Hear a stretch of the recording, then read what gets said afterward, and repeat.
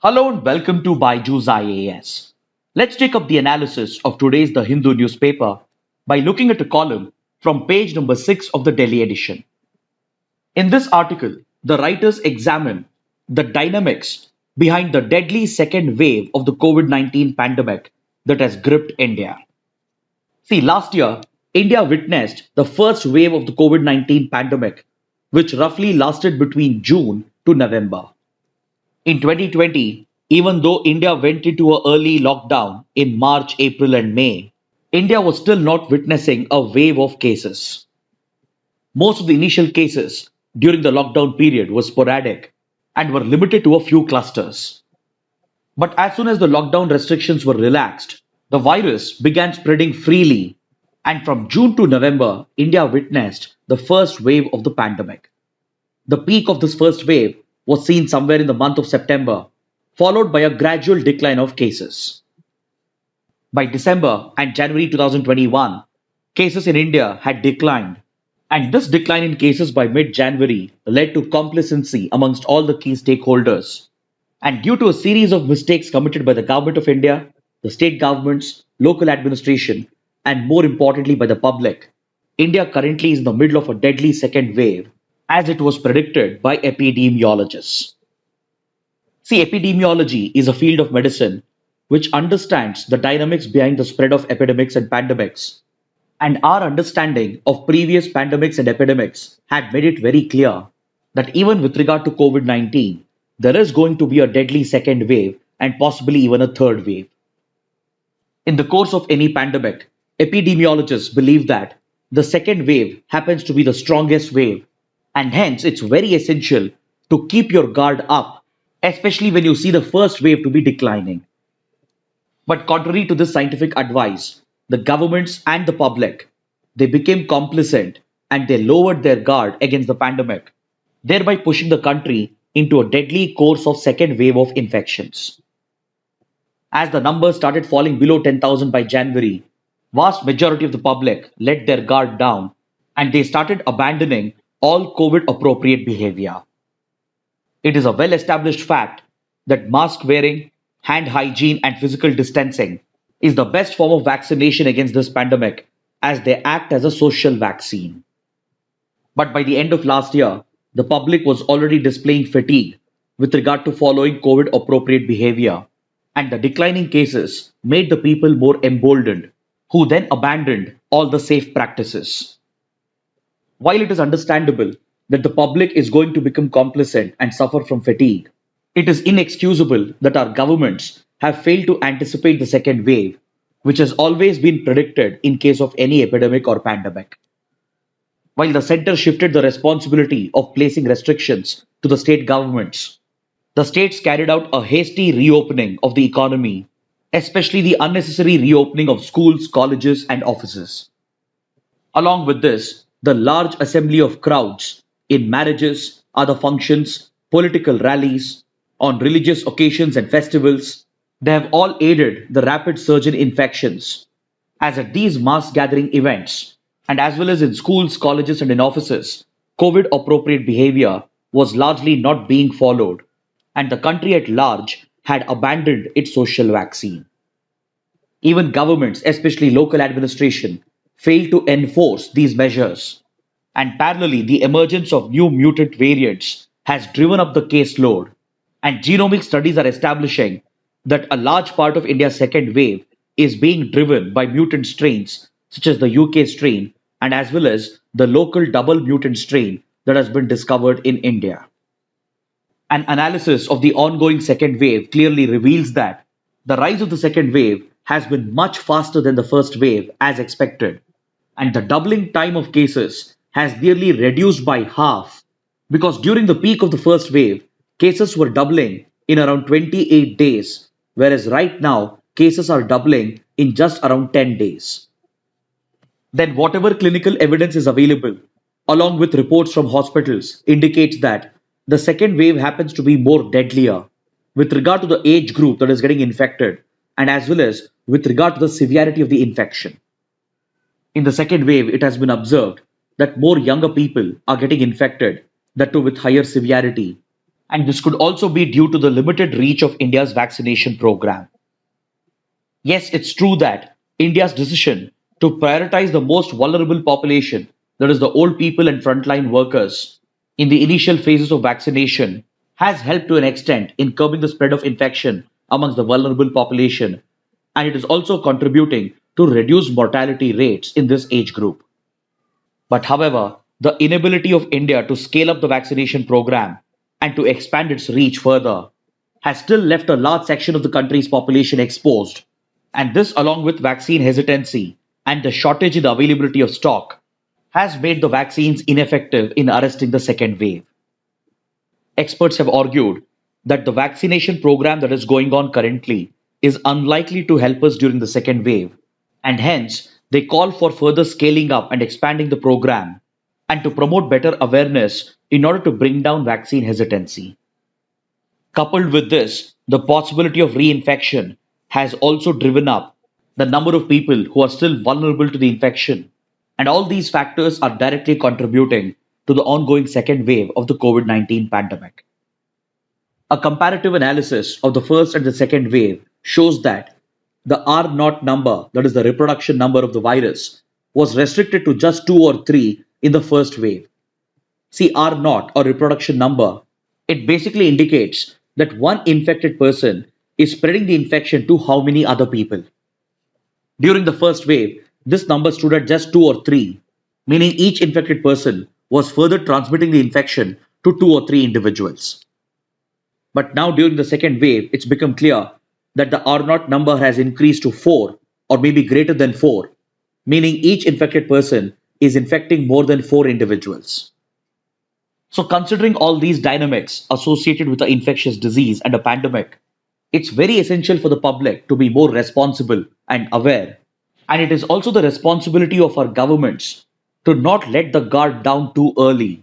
And they need to keep encouraging the public to follow COVID appropriate behavior, because otherwise, the sufferings being inflicted by the pandemic on the people is just going to increase further in the coming months.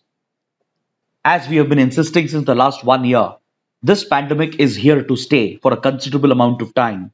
And until vaccines provide effective coverage and effective protection, it is very important for the public to adopt the social vaccine and follow appropriate behaviors such as wearing of masks, practicing hand hygiene, physical distancing, and cough etiquette.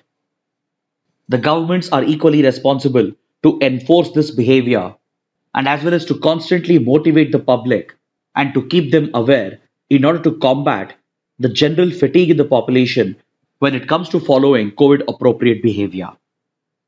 Since a total lockdown is going to cause immense economic suffering and leads to further increase in socio-economic inequalities, it's very essential to avoid the worst case scenarios, because such lockdowns and restrictions become essential when the public health infrastructure is completely overburdened or when it reaches a breaking point.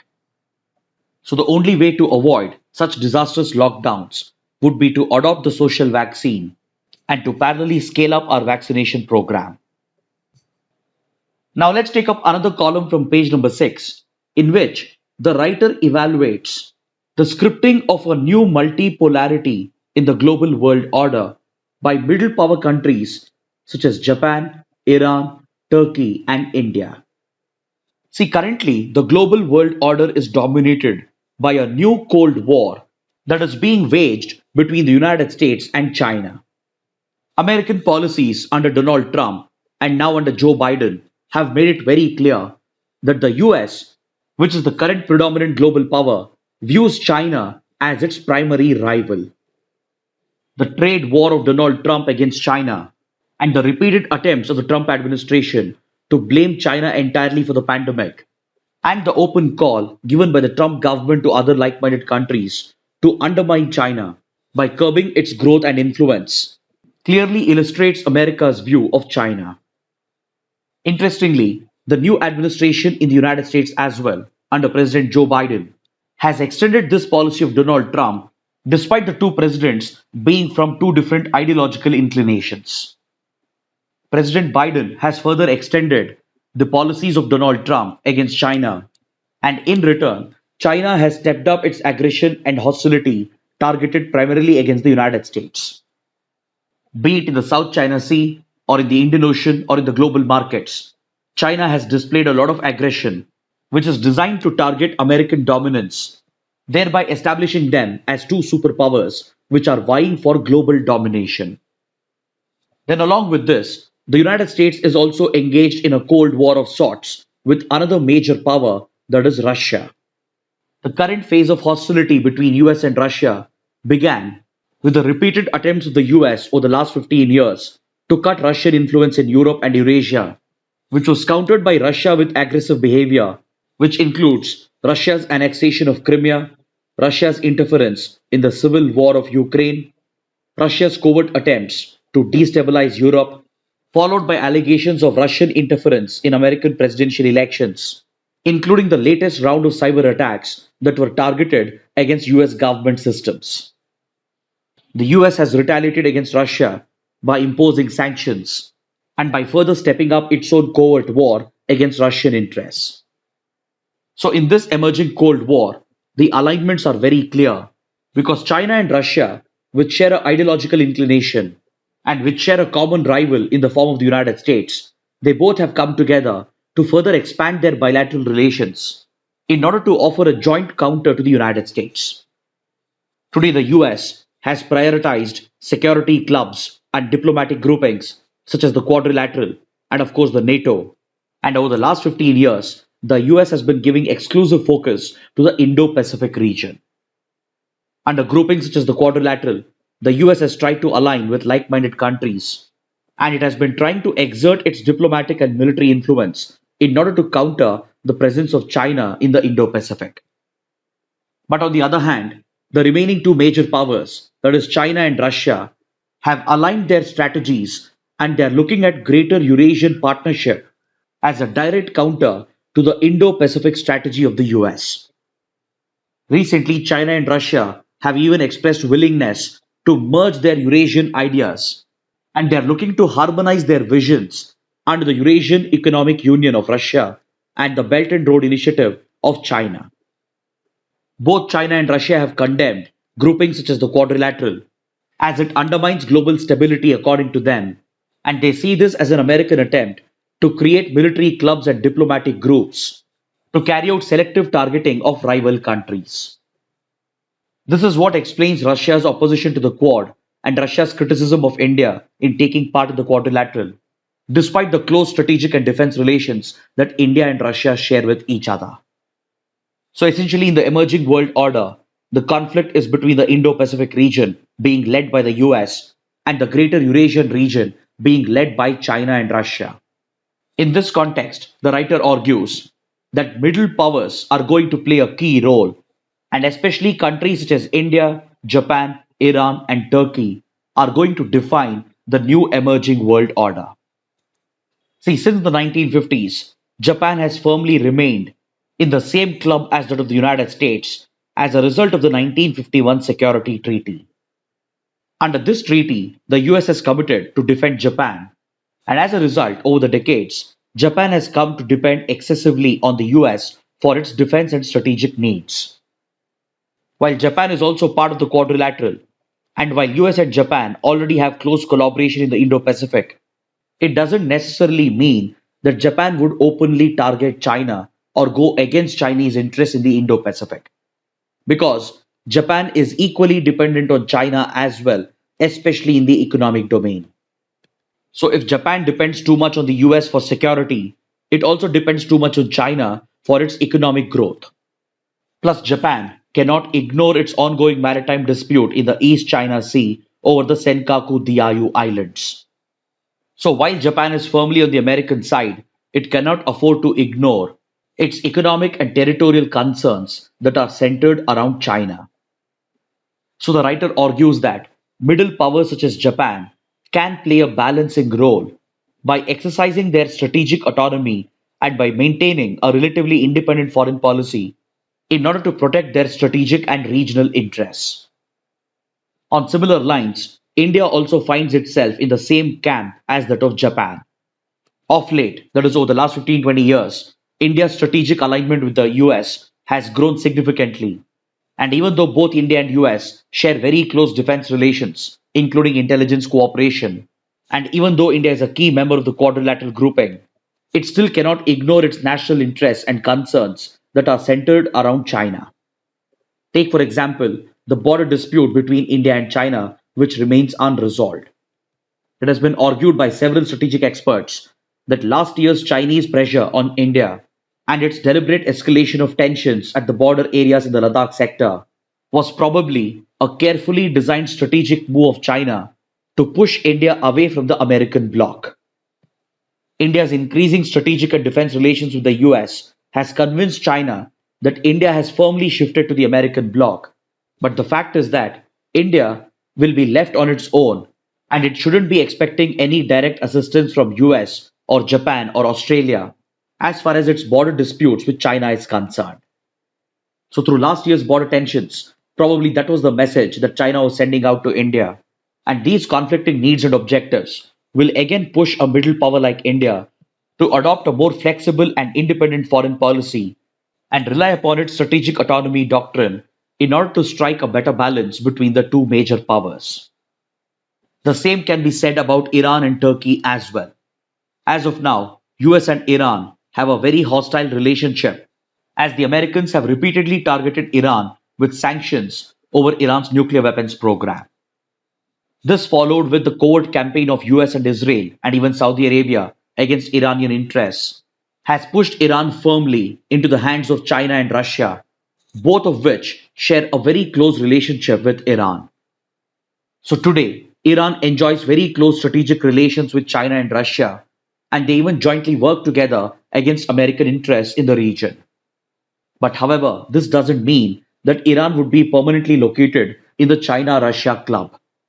The writer anticipates that Iran would be most likely willing to shift out of the China-Russia club and strike a balance between these conflicting superpowers, provided if US lifts the sanctions against Iran and signals a normalization in the US-Iran relationship. Turkey, on the other hand, is a key Asian power and as well as European power, and as a member of the NATO, it appears to be on the side of the United States. But however, the changing internal dynamics of Turkey and its aspiration to become a regional power and its desire to lead the Muslim world have all pushed Turkey as well to strike a balance between the two major powers, and this has led Turkey to have good parallel relations with China and Russia as well. So, in short, the conclusion is that middle power countries like India, Japan, Iran, Turkey, and the others, they have the ability to retain their strategic autonomy and maintain a flexible foreign policy due to the emerging Cold War between US on one side and China and Russia on the other side.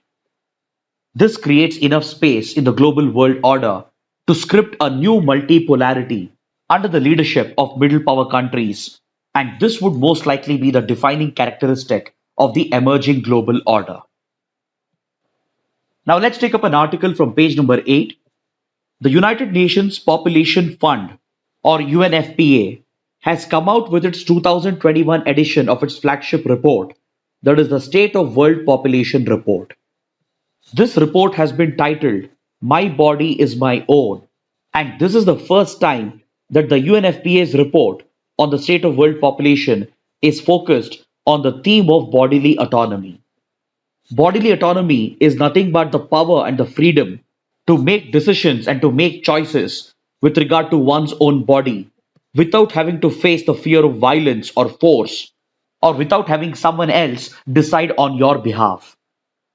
Now, this bodily autonomy is extremely important for women because this freedom, this power allows women to decide on various aspects of bodily autonomy and bodily functions, including the usage of contraception, the ability to say yes or no to sex, decisions related to pregnancy and abortion, and even on the question of one's own sexuality and sexual orientation, and even with regard to social evils such as child marriage, female genital mutilation, etc. In most countries, especially in developing and underdeveloped countries and in backward societies, a majority of the women do not enjoy this right to bodily autonomy. And this report of the UN Population Fund has shown that in around 57 developing countries, more than 50% of the women have no bodily autonomy. According to the report, in countries where data is available, only 55% of the women feel fully empowered to make their own decisions and choices with regard to their bodily autonomy. And this has a direct bearing on a woman's health, safety, and gender rights. Next, on page number 13, we have a few articles that provide us important updates in the field of international relations. According to this article, the United States has imposed a new set of sanctions on Russia. A few months ago, we had discussed in detail the so-called solar winds attack against the US government computer systems, which was reportedly a cyber war campaign sponsored by Russian intelligence agencies. The American authorities had established that the solar winds hack originated from Russia, and the Biden administration, which has assumed power, has responded, and it has retaliated against Russia by placing a new set of sanctions as a direct response to these alleged interference of Russia, including a series of covert cyber attacks against the US and reports of interference in American elections, both in 2016 and in 2020. As a part of this sanctions regime, US has expelled around 10 Russian diplomats from the Russian embassy in the US, and it has also placed a wide set of restrictions and sanctions on American banks which are trading with the Russian government, particularly with a few identified officials. So this development helps us understand the kind of ongoing Cold War and covert secretive wars between US and Russia. Next, there's another article on page number 13, according to which US Secretary of State has visited Afghanistan in a surprise visit in order to reassure the Afghan government of enduring relations between US and Afghanistan. This visit acquires significance because just the other day, President Biden has confirmed that the US is going to pull out all American troops from Afghanistan as per the prescribed deadline of 1st May 2021, which was laid out under the US Taliban peace deal, which was signed last year in 2020 between the then Trump administration and senior leaders of the Taliban. Under this deal, the United States committed to withdraw all American troops by the 1st of May 2021, thus paving the way for the return of the Taliban back to power in Afghanistan. Until recently, it was still not certain whether President Biden would uphold the same commitments, but now it has become clear that the American troops are likely to be pulled out before this deadline, and the Biden administration is encouraging the formation of a transitional government which will include the representatives of Taliban as well. The Afghan government and several regional powers, including India, they're all worried about these developments because the US is facilitating the return of a radical organization to power in Afghanistan, and hence, to reassure the Afghan leadership, the US Secretary of State has paid a surprise visit to the country. Then there's another article on page number 13, which helps us understand the risk of drone based attacks that could be executed by terrorist outfits. According to this article, a drone has dropped explosives near an American base located in Iraq, and the United States has blamed this attack on militant outfits that are sponsored by the Iranian government. From an examination point of view, the important thing for us to understand is that around the world, there have been several incidents which highlight how regular drones, even commercial drones, can be misused by radical and terrorist outfits to carry out major acts of terrorism. We have seen this happening in Yemen, where the Houthi rebels have used such drones to target Saudi Arabian interests in the region. And similarly, militias that are sponsored by the Iranian government against American interests have also repeatedly used commercial drones and regularly available unmanned aerial vehicles to carry out and execute major acts of violence and terrorism. And these incidents should come as a learning lesson for India.